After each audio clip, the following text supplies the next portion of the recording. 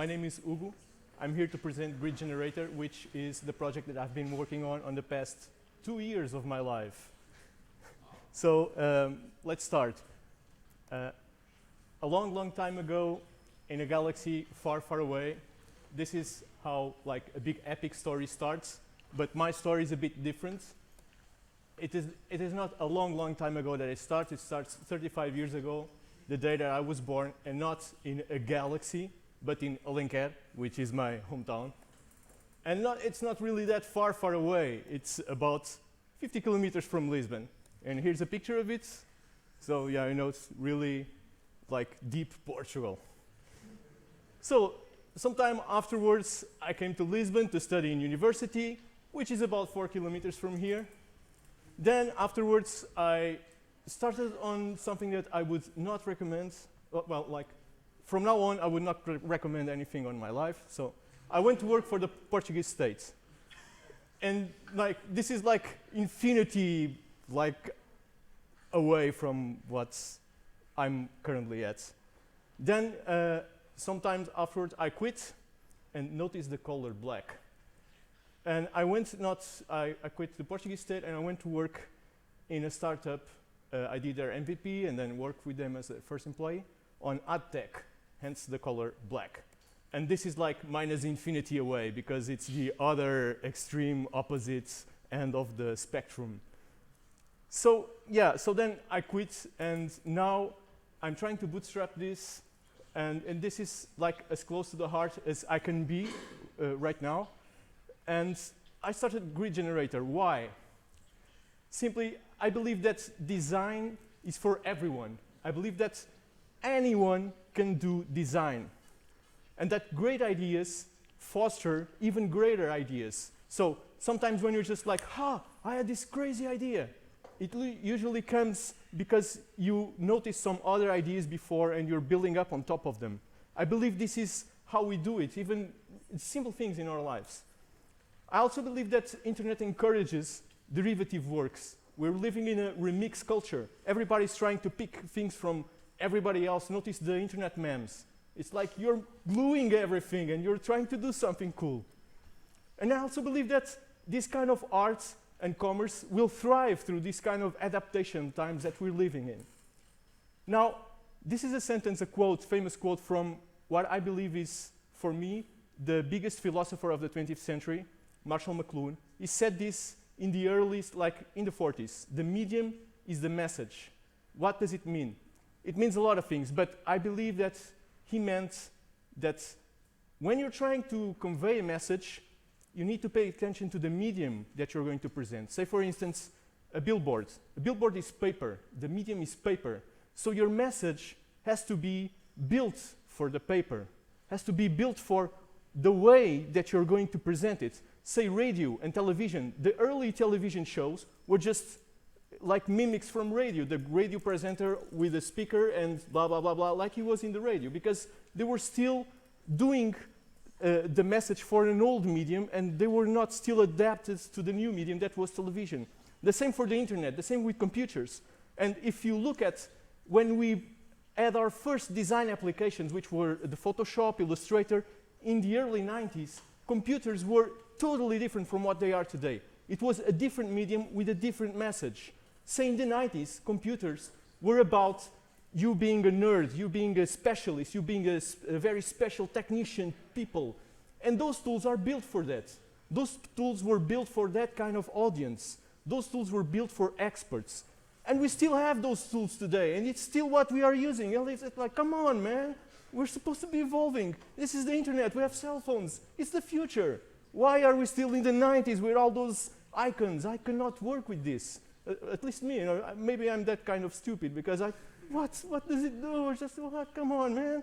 So, yeah, I decided to do yet another painting application. It has an infinite grid, so you're actually just painting squares or triangles. I just did with triangles right now.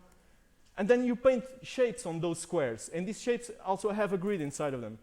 And, well, you share what you're making of, and all the process that you're creating becomes, in the end, the product that you want to share on the social networks or anywhere. And remix is encouraged. It's the public domain by default. You just, share something if I want to pause right there, and do my own version of it, I can do it. So this is supposed to be the end of the presentation, so some credits. Now I wanted to show you, oh, okay, I have to stop this. I have to show you the application and try to, you have squares and you have like the colors here on the right side, and you have on the left only a single shape, which is a square, and I can paint. Yeah, it's cool. So now, yeah, it's like basic. You spend 2 years on this, but you're like retards. Yeah, like a little bit. So yeah, you can try and do something with this inner grid, and you connect the dots, and you build something a little bit, I don't know, different, and maybe, like, you can tell that I'm not a designer, right? So yeah, I'll do something really bad. Yeah, like this. It's cool. Yeah, I can change the colors, but let's just paint with this. Yeah, and maybe I can rotate and paint more. And well, now I can add more colors. And this is the color picker. I spent a whole lot of time on this, like for nothing. Yeah, but yeah, you can choose colors. You can even, yeah, choose previous colors. And let's create something. Yeah, this is my art. Now I want to share. Okay, it's art. I want to share it with the world. So I will publish it and give the name. Yeah, it's public domain. I can choose other licenses, but I will stick with public domain. Wait, sorry, I just removed it. Yeah, cool. And I will publish it. And there you go. It's online. And now it's loading. I hope that it works. Yeah, so my first project. And I can share the link on top. Well, it's taking a long time to load. No, this is supposed to be the cool part. Okay, let me just refresh it.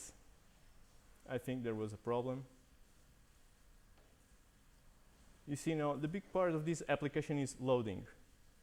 Come on, okay, it's not working. So let me just try and choose another project and see if it works. It doesn't. Well, I have a bug. Oh, it does! Yeah, well, I did not do this. This was my girlfriend.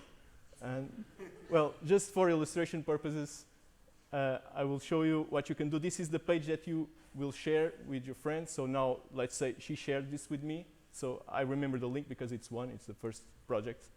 And I can hit play and see the making of, but I can also, go backwards in time and start working from here. I'll just click remix, and now I can create my own variations of it with different colors, and and try and share it again as a as a variation.